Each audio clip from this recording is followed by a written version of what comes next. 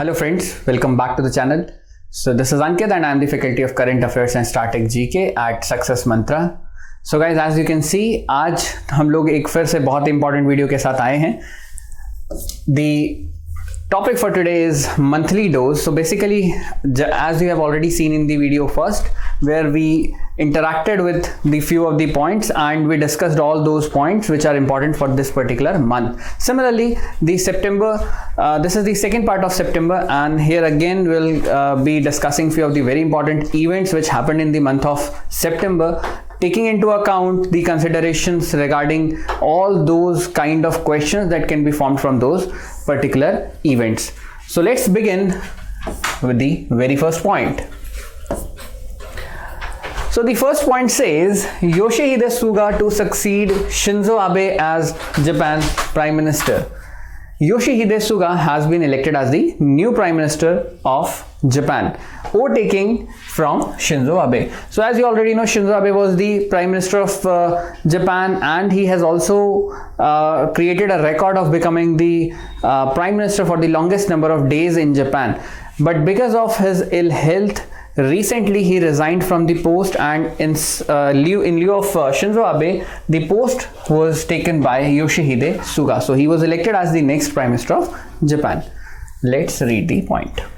So Japan's Chief Cabinet Secretary Yoshihide Suga has been elected as the new chief of country's ruling Liberal Democratic Party and Prime Minister designate of Japan. So he was performing as the Chief Secretary of the Japan's he was the Chief Secretary of Japan, Cabinet Secretary थे वहाँ के, and then अभी ये elect हुए हैं अपनी party यानी Liberal Democratic Party की तरफ से Prime Minister designate.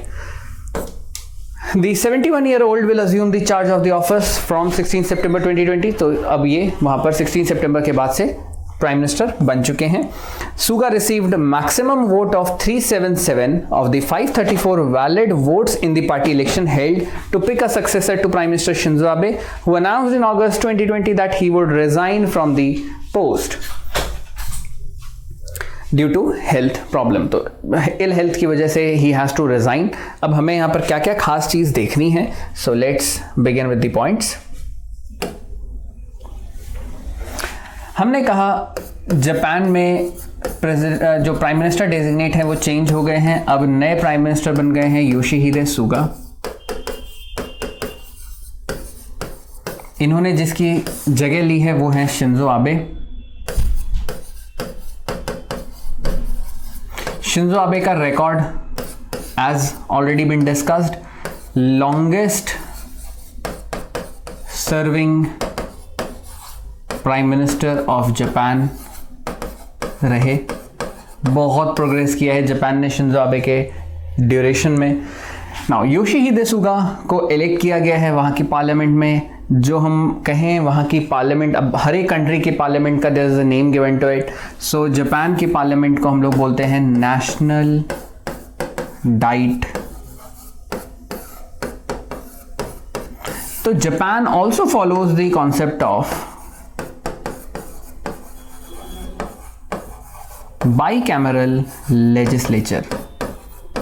Just like India, we do have bicameral legislature. That means there are two houses. तो जापान में भी नेशनल डाइट जो है वो दो पार्ट में है. One is the House of Representatives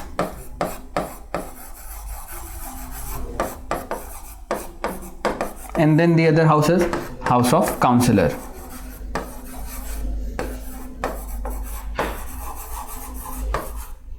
अगर हम टोटल सीट की बात करते हैं तो जापान की पार्लियामेंट में sum total are 710 seats. Election का प्रोसेस डिफर करता है, हमारे यहाँ से काफ़ी अलग है. Though we don't want to get into that election procedure, but yes they do follow the concept of universal adult suffrage या यूनिवर्सल एडल्ट फ्रेंचाइजी में वो लोग भी बिलीव करते हैं. वहाँ पर भी जो minimum age of voting rights दिए गए हैं that is 18, but earlier they had 20. In 2016 they came up with the amendment and the minimum age was reduced from 20 to 18। ये कब हुआ है? ये हुआ है 2016 में, but before that the age was 20 which was permitted. Moreover, ये तो गवर्नमेंट का एक सिस्टम हमने देखा, दैट डेमोक्रेटिक गवर्नमेंट है, लिबरल डेमोक्रेटिक पार्टी इस टाइम पर वहाँ पर रूल कर रही है, but at the same time the Japan also have an emperor, वहाँ पर राजा भी हैं, and the monarchy in Japan, ये क्योंकि if there is a person who is considered as a king, if they control the government, although they don't control the government, but yes, there is a symbolical form of monarchy in Japan, and wherever there is a concept of king, the same is called as monarchy.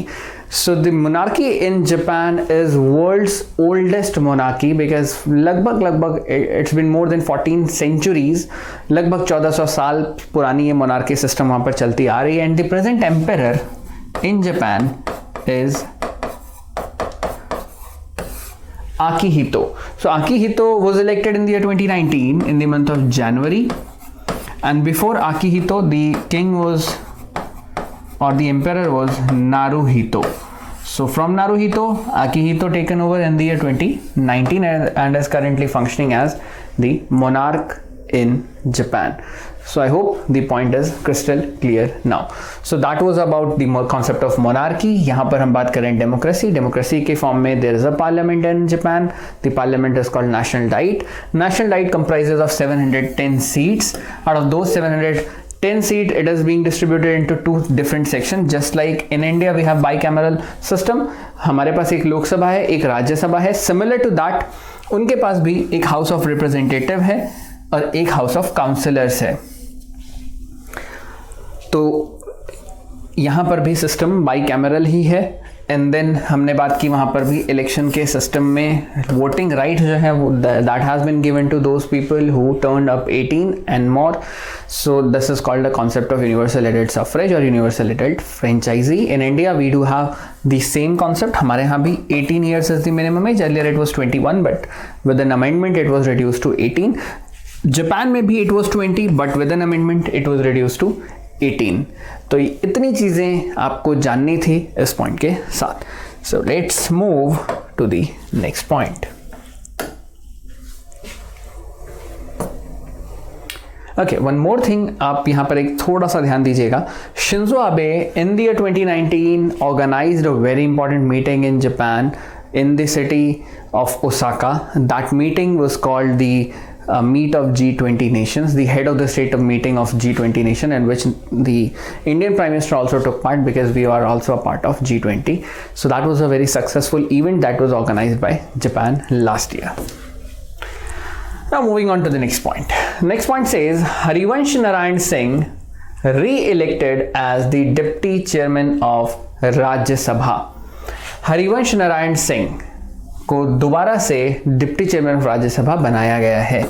Let's read the point. So he is a member of parliament from Janata Dal united. So Janata Dal united parliamentarian Harivansh Narayan Singh has been re-elected as the deputy chairman of Rajya Sabha. The upper house has cleared his name with a voice vote. The proposal to elect Harivansh as the deputy chairman of Rajya Sabha was moved by BJP President Jayaprakash Nadda. Harivansh Narayan Singh was first elected as deputy chairman of Rajya Sabha on 8th of August 2018. His term as Rajya Sabha member ended in April 2020. So Harivansh Narayan Singh has been re-elected as the deputy chairman of Rajya Sabha. Deputy chairman, that means the person next to the sitting chairman of Rajya Sabha, and whosoever is the sitting chairman of Rajya Sabha is the vice president of India. या vice versa हम बोलें, the vice president of India is the ex officio of Rajya Sabha. So the salary which he draws is of the of being the ex officio of Rajya Sabha, not of the vice president of India. तो salary closures अलग चीज़ है. खैर, deputy chairman की अगर हम बात करें तो just like a normal member वो भी एक 6 ईयर का अपना टेन्योर पूरा करते हैं राज्यसभा में. और एज यू ऑलरेडी नो हमारे लोकसभा में टेन्योर इज 5 ईयर, राज्यसभा में टेन्योर इज 6 ईयर. राज्यसभा में members are indirectly elected, whereas in Lok Sabha they are directly elected. That is why they are representative of the people, whereas यहाँ पर they are not the representative of people but they are the persons who have been elected from state. तो यहाँ पर हरिवंश नारायण सिंह का नाम जो है वो it was put forward by the president of BJP, whereas इनके अपोजिशन में अगर हम देखें so there was Manoj Jha who was from RJD, he lost by a margin और वो हारे हैं in the voice vote, it was a voice vote, और जीते कौन, Harivansh Narayan Singh, who was also the deputy chairman but then re-elected as the deputy chairman of Rajya Sabha. जहाँ तक बात आती है राज्यसभा की, तो हम लोग इसको अपर हाउस कहते हैं। अपर हाउस है तो मेंबर की एज जो यहाँ पर minimum age of election of any of the member in Rajya Sabha is 30 years, वेराज in Lok Sabha it is 25। यहाँ पर अगर हम बात करते हैं इनडायरेक्ट इलेक्शंस हैं, लोकसभा में डायरेक्ट इलेक्शंस हैं। जहाँ तक बात आती है सीट्स की, sum total there are 250 seats in Rajya Sabha, और आउट ऑफ विच 12 सीट्स जो हैं they are being nominated persons who are nominated by president and rest of the people are elected by the respective MLAs. So वो एक concept आपको यहाँ पर राज्यसभा का पता होना चाहिए। मूविंग ऑन, चलते हैं नेक्स्ट पॉइंट की तरफ। National Engineers Day celebrated on 15th September. Every year 15th September is observed as National Engineers Day. Why so? Let's look in the point. Engineers Day is celebrated on 15th September every year since 1968 to recognize the contribution of engineers in the development of the nation. देश की प्रगति में engineers के role को हम लोग celebrate करते हैं every year on 15 September and the day is observed as engineers day because it is the birthday of sir Mokshagundam Visvesvaraya. So looking at the next point, the day marks the birth anniversary of engineering pioneer of India, Sir Mokshagundam Vishwesvaraya, popularly known as Sir MV. तो sir MV जो कि हम कहते हैं father of modern Mysore हैं, एक बार देखते हैं point. The sir MV was regarded as the father of modern Mysore. He was awarded Bharat Ratna for his exceptional contribution to the building of India in the year 1955. Bharat Ratna का inception हुआ था year 1954 में and the very next year in the year 1955 sir Mokshagundam Visvesvaraya won the Bharat Ratna award, thereby becoming the second person to win the Bharat Ratna. Second person in this sense हम लोग बोल रहे हैं year के wise, because in the very first year 1954 में there were 3 awardees who got Bharat Ratna award. देखेंगे अभी हम उस पॉइंट को भी. तो इंजीनियर्स डे की जहां तक बात आती है, let's look at in a bit of detail. Important days में आप apart from 15 September आप याद रख सकते हैं या आप सबको बहुत अच्छे से पता है 5th September. You all are familiar with 1st of July and then हमारे पास एक और ईयर है that is 15 September. 5th September every year is observed as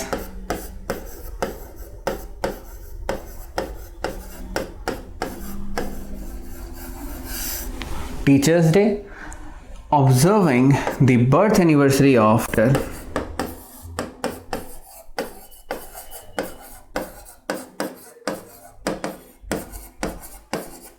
Sarvapalli Radhakrishnan, who was the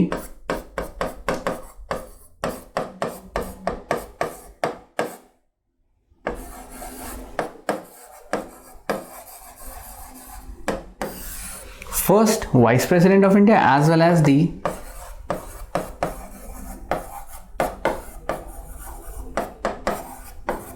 second President of India. The first President of India was Dr. Rajendra Prasad. Just after Dr. Rajendra Prasad, the second person to become the President of India was Dr. S. Radhakrishnan. He also served as the first Vice President of India. Also, one more thing that you need to remember is that he was the one among the first awardee of Bharat Ratna. 3 लोगों को भारत रत्न मिला. Out of them, one was Dr. S. Radhakrishnan. Moving on, if we look at the date of 1st July, every year observed as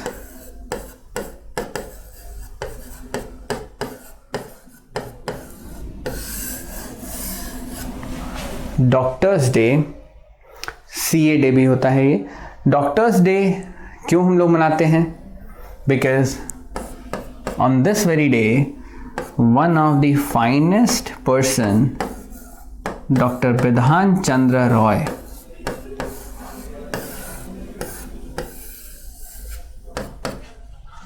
इनका birthday observe किया जाता है, जो कि 1 जुलाई को पड़ता है as the day of doctors day. तो इस दिन हम लोग सेलिब्रेट करते हैं contribution of doctors in the role of building India and in improving the health care system of India. So doctor Bidhan Chandra Roy, who was doctor by profession, also was the chief minister of Bengal. So he served the position for twice. 2 बार ये chief minister रहे बंगाल के, and इन्हीं के contribution को हम लोग doctors day के रूप में भी सेलिब्रेट करते हैं। And then moving on to the month of September, again हम इस बार देख रहे हैं 15 सितंबर। हमने बात किया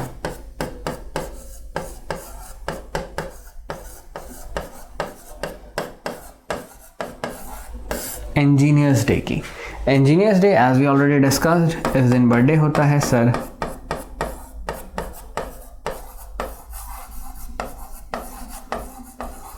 Mokshagundam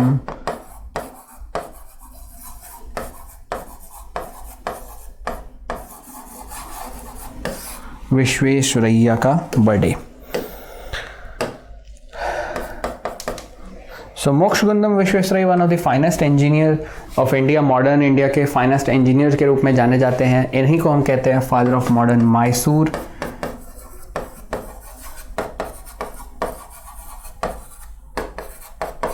He was instrumental in building the dam in Mysore.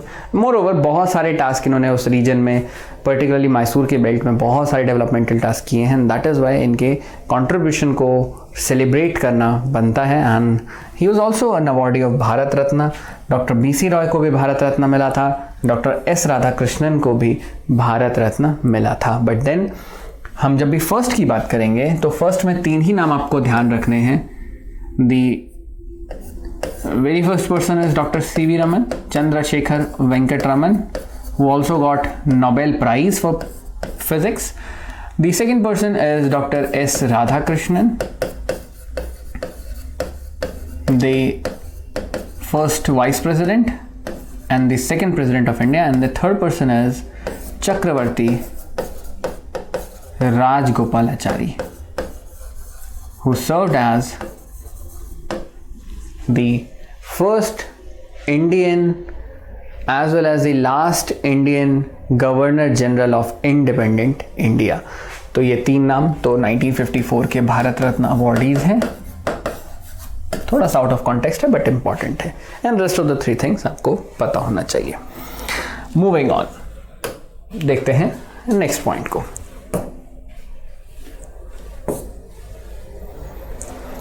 बहुत इंपॉर्टेंट पॉइंट है। कहता है point, international day for the preservation of ozone layer.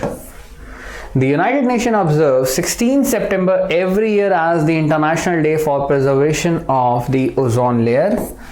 The ozone layer is a fragile shield of gas which protect the earth from the harmful portion of the rays of the sun and thus help in preserving the life on the planet. The theme for the day of 2020 is Ozone for Life, 35 years of ozone layer protection.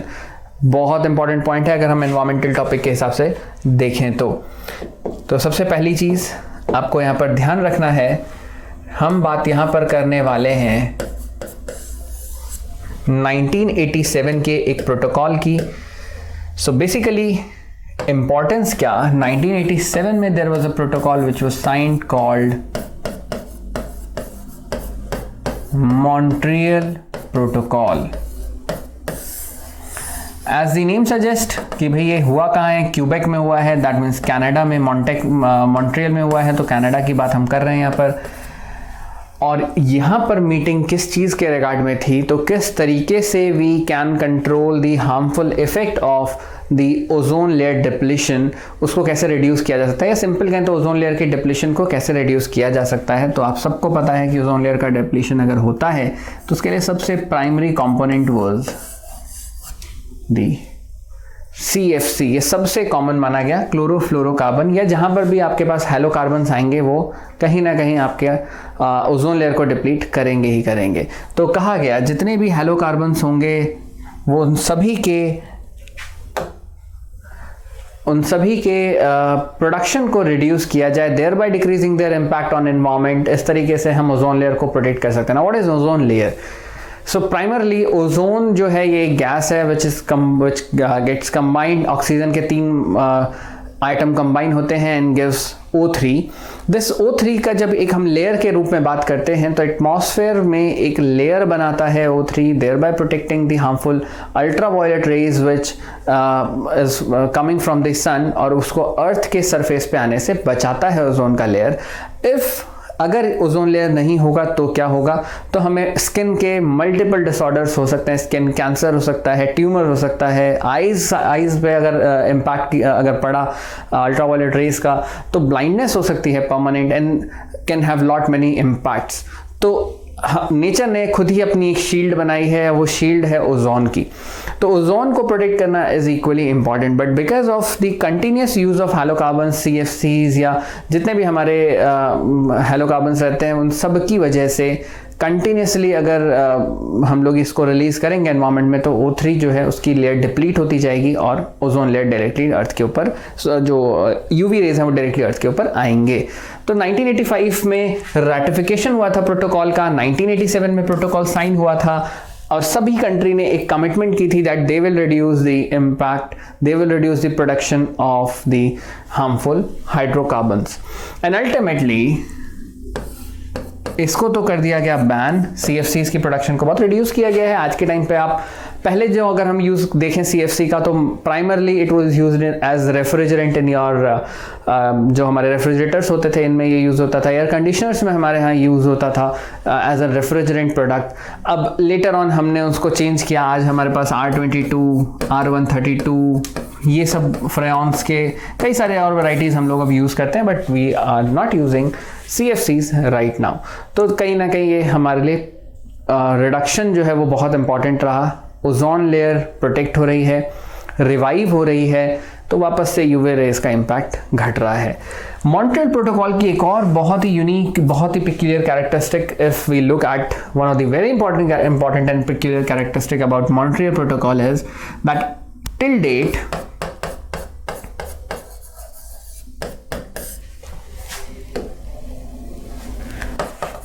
it is the only protocol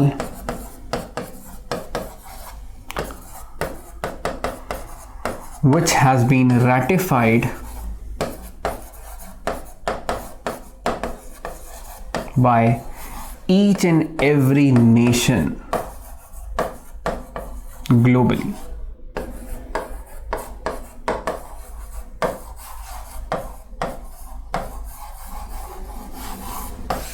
एक ऐसा protocol जिस पर हर एक country ने जिसको ratify किया है वो प्रोटोकॉल हमारे पास है, Montreal protocol.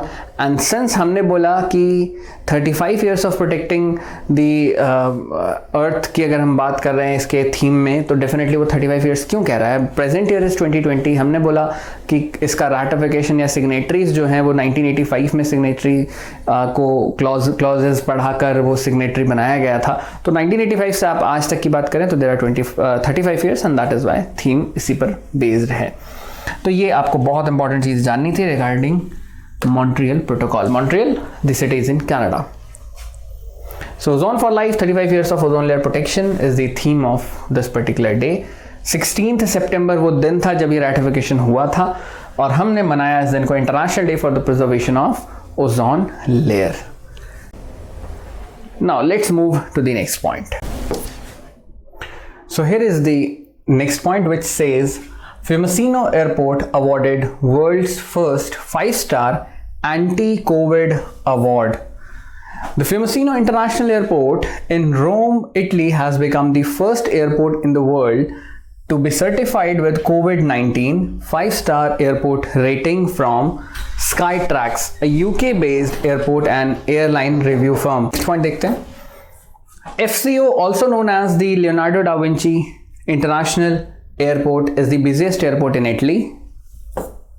The COVID-19 ratings for hygiene by Skytrax was based as on a combination of procedural efficiency checks, visual observation analysis, and ATP sampling test. Fiumicino International earned the 5-star rating for the hygiene processes and other preventive measures in place to help reduce the spread of coronavirus. As you all are aware that COVID-19 has spread across the globe. No one country is in a safer side. So definitely what we need to do is to ensure that the effect can be reduced, or we can say the infection rate can be reduced. For that, Fiumicino International Airport came with a variety of ideas and they implemented it across the airport, thereby leading to become the very first airport internationally to have won the 5-star certification. And the same has been disbursed by Skytrax, which is a UK-based airport and airline review firm. Fiumicino international airport basically यहाँ पर हम अगर बात कर रहे हैं तो उन्होंने चेंजेस क्या लाए हैं. विजुअल ऑब्जर्वेशन किया गया, प्रोसीजरल एफिशिएंसी चेक देखे गए, एटीपी के सैम्पलिंग टेस्ट कुछ एक चीज़ों को चेक किया गया, and ultimately Skytrax came up with a result that said that this particular airport has implemented all those procedural things which need to be imbibed upon. और अल्टीमेटली कहा गया कि भाई बहुत अच्छे मेथडोलॉजीज को ये फॉलो कर रहे हैं, देयर बाय इन्फेक्शन के रेट को रिड्यूस किया जा सकता है इन मेथड्स के प्रॉपर इम्प्लीमेंटेशन की वजह से. तो Fiumicino एयरपोर्ट के बारे में एक और चीज़ जो जाननी है वो ये कि इटली का ये सबसे बिजीएस्ट एयरपोर्ट है, कैपिटल सिटी में है. और अगर हम बात करें दुनिया की तो हमारे पास दुनिया में सबसे बिजी एयरपोर्ट अगर हम बोलते हैं तो we have the Atlanta airport. नाम अगर एयरपोर्ट का हम बात करें तो we have Hartsfield Jackson. This is the busiest airport in the world.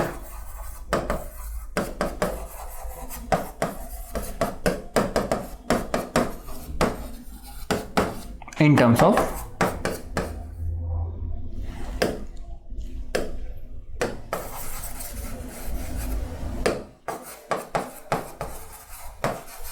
number of passengers boarding or deboarding. सबसे ज़्यादा यात्री अगर किसी एक जगह से किसी एक एयरपोर्ट से टेक ऑफ या लैंड कर रहे हैं, बोर्ड कर रहे हैं, डीबोर्ड कर रहे हैं, तो that airport is Hartfield Jackson in Atlanta. But if we talk in terms of the landing of airport पे सबसे ज़्यादा लैंडिंग टेक ऑफ अगर किसी प्लेन की ट्रैफिक की अगर हम बात करते हैं, we have O'Hare airport which is in Illinois. Again USA, Atlanta भी यूएसए का है.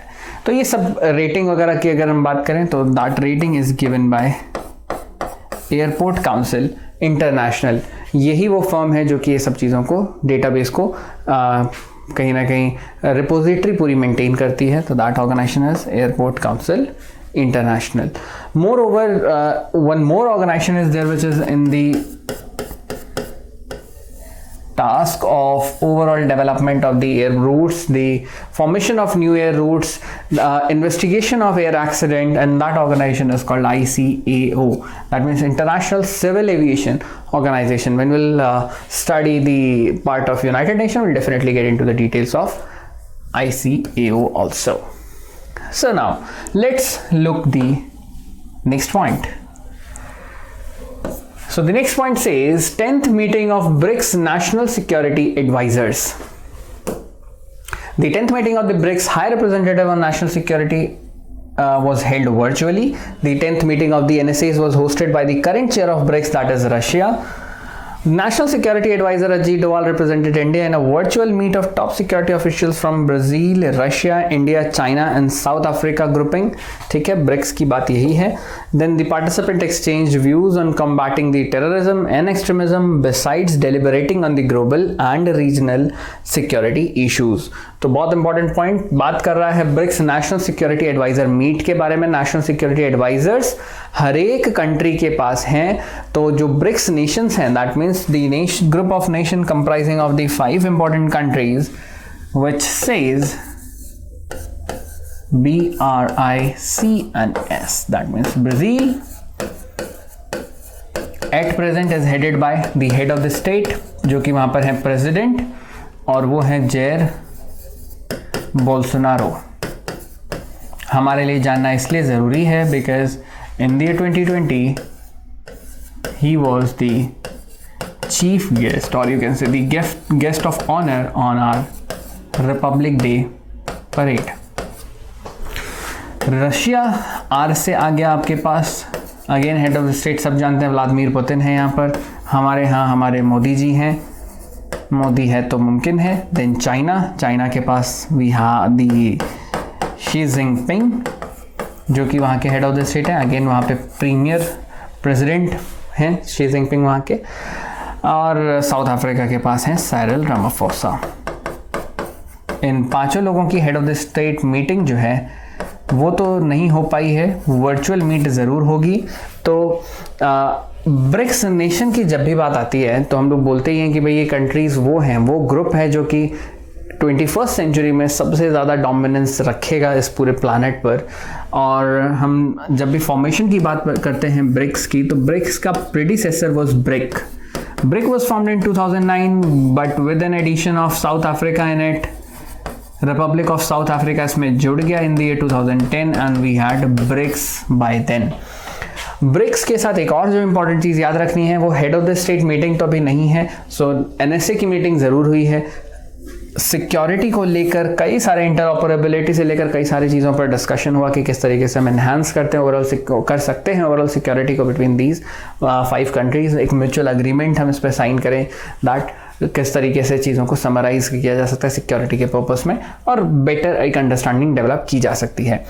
यही ब्रिक नेशंस को और ज़्यादा फॉर्मल बनाने की बात चल रही है बिकॉज ब्रिक्स का अभी कोई एज सच प्रॉपर हेडक्वार्टर नहीं है। तो कहा गया कि सिंस 2014 में टॉक स्टार्ट हुए, 2015 में जाकर एक कंसेंसस बना दैट इन सभी कंट्री ने मिलकर एक बैंक का फॉर्मेशन किया। That bank is called NDB, that means New Development Bank.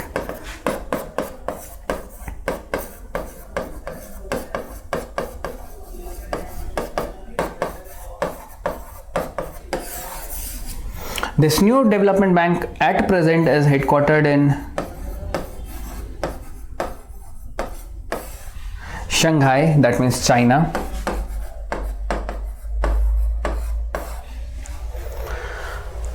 But अभी ये फुल फ्लेजेडली तरीके से ऑपरेट नहीं हो रहा है। NDB के पहले जो हेड थे that was KV Kamat and that was very important for us, but now ये चेंज हो गए हैं। अभी हमारे पास मार्कोस प्राडो त्रेजो हैं जो कि साउथ अफ्रीका से आते हैं, वो इसके अभी हेड हैं। बट देन अभी इनिशियल कंट्रीब्यूशन के साथ ही ये चल रहा है। That means $20 million was proposed by each of the 5 Nations and they committed that they will disburse this particular amount, और सबने इतना पैसा दिया। $100 million के साथ ये फंक्शन करना स्टार्ट हुआ है। एंड देन सेकेंड प्रपोजल अब आ रहा है। ये बैंक अभी फुल फ्लेजेड तरीके से स्टार्ट नहीं हुआ है till that point in time, तब तक ये इस पे अभी और काम चल रहा है। ये सभी कंट्रीज डिस्कशन कर रही हैं कि किस तरीके से एनहांस किया जा सकता है ब्रिक्स नेशन को, और ज़्यादा बेटर तरीके से इसको और एक एप्ट मैनर में इसको रेगुलेट किया जा सके। तो चलिए बढ़ते हैं नेक्स्ट पॉइंट की तरफ। Next point says 8 Indian beaches recommended for the Blue Flag Eco Label. Very important point. In a first of its kind initiative, 8 beaches of India have been recommended for the Blue Flag certification. The selection of the beaches was made by an independent national jury composed of eminent environmentalists and scientists. The Blue Flag certification is an international recognized eco label given by the Foundation for Environment Education, Denmark. Blue Flag beaches are considered the benchmark of clean and hygienic beaches in the world. Very important thing. Blue Flag certification दे कौन रहा है? तो Foundation for Environmental Education, which is an NGO in Denmark. क्या basically blue flag certification बात करता है? So cleanliness related, awareness related, sanitation related, quality of water related, या और किसी भी एक पैरामीटर पर बीचेस को रेट किया जाता है कि कितनी एफिकेसी के साथ the beach is functioning, and accordingly it is given a blue label, blue flag उसको दिया जाता है। वर्ल्ड लेवल पर if we talk about the global terms, दुनिया में सबसे ज़्यादा स्पेन के पास इस टाइम पर ब्लू फ्लैग सर्टिफाइड बीचेस हैं, somewhere close to 578, and then comes the number of Turkey. Turkey दुनिया में सेकेंड सबसे ज़्यादा ब्लू फ्लैग बीचेस वाला कंट्री है, जिसके पास तकरीबन 450 के 430 के अराउंड ब्लू फ्लैग्स बीचेस हैं। इंडिया के केस में अगर हम बात करें, इंडिया ने पहली बार इस साल अप्लाई किया था with 8 beaches, and all of those 8 beaches got the blue certificate. This is a very big thing, क्योंकि ये कहीं ना कहीं हमें ग्लोबल लेवल पर अपने टूरिज्म को प्रमोट करने में बहुत हेल्पफुल होने वाला है। तो टूरिज्म हमारा प्रमोट होगा और फर्दर एनहांस होती है इससे एक reputation in terms of international tourism marketing. तो कहीं ना कहीं WTO भी इस चीज़ को इंश्योर करता है दैट सस्टेनेबल डेवलपमेंट हो, सस्टेनेबल टूरिज्म हो। तो अगर किसी को ब्लू फ्लैग मिल रहा है तो सस्टेनेबिलिटी को इंश्योर करता है वो blue flag. And the company और the organisation which is working to give the blue flags label is foundation for environmental education, which is from Denmark. Now moving on to the next point. India ranked 116th in the World Bank Human Capital Index. Very, very important thing. World Bank released the report titled The Human Capital Index 2020 Update, the human capital in the time of COVID-19. The Human Capital Index 2020 is a collaboration between the Human Development Practice Group and the Development Economics Group of the World Bank. India has been ranked at the 116th position among 174 countries in Human Capital Index 2020. Again, a very important thing. Human Capital Index. सबसे पहली चीज़, report release कौन कर रहा है? तो world bank का development economic group and human development practice group, ये दोनों मिलकर कोलैबोरेटली इस रिपोर्ट को रिलीज करते हैं, according to which the rank of India is 116 out of 174 nations. So basically human capital की यहाँ पर बात आती है। ह्यूमन के लिए कैपिटल क्या हो सकता है? It can be skill, it can be education, it can be knowledge, ये सभी चीज़ों को कैपिटल कहा गया है। कितना पर्पसफुली और कितना प्रोडक्टिवली हम लोग यूज़ कर रहे हैं अपने कैपिटल को, उसके बेसिस पर रेट किया जाता है कि ह्यूमन पोटेंशियल कितनी है और यूटिलाइजेशन कितना है। सो अकॉर्डिंगली हमारा स्कोर जो है वो है 0.49। वेयर एज अगर हम इस रैंक में टॉप की बात करते हैं तो द टॉप स्लॉट जो जिसके पास है वो है सिंगापुर, सेकंड पे है हांगकांग एंड थर्ड पर आता है आपके पास जापान। इन सबसे अगर हम अपने आप को कंपेयर करें, जापान लगभग 0.8 के स्कोर के साथ है, सिंगापुर 0.88 के स्कोर पे है, हांगकांग शायद 0.84 के स्कोर पर है। दैट मीन्स इतना यूटिलाइजेशन कर रहे हैं वो out of 1 in their capital. Capital यहाँ पर हम ह्यूमन कैपिटल की बात कर रहे हैं। दैट मीन्स वो नॉलेज के टर्म्स में हो सकता है या स्किल्स के टर्म्स में हो सकता है कि कितना उनका प्रॉपर यूटिलाइजेशन है रिसोर्सेज का। अकॉर्डिंगली इंडिया की रैंक है 116। That means we have to get a lot of work done.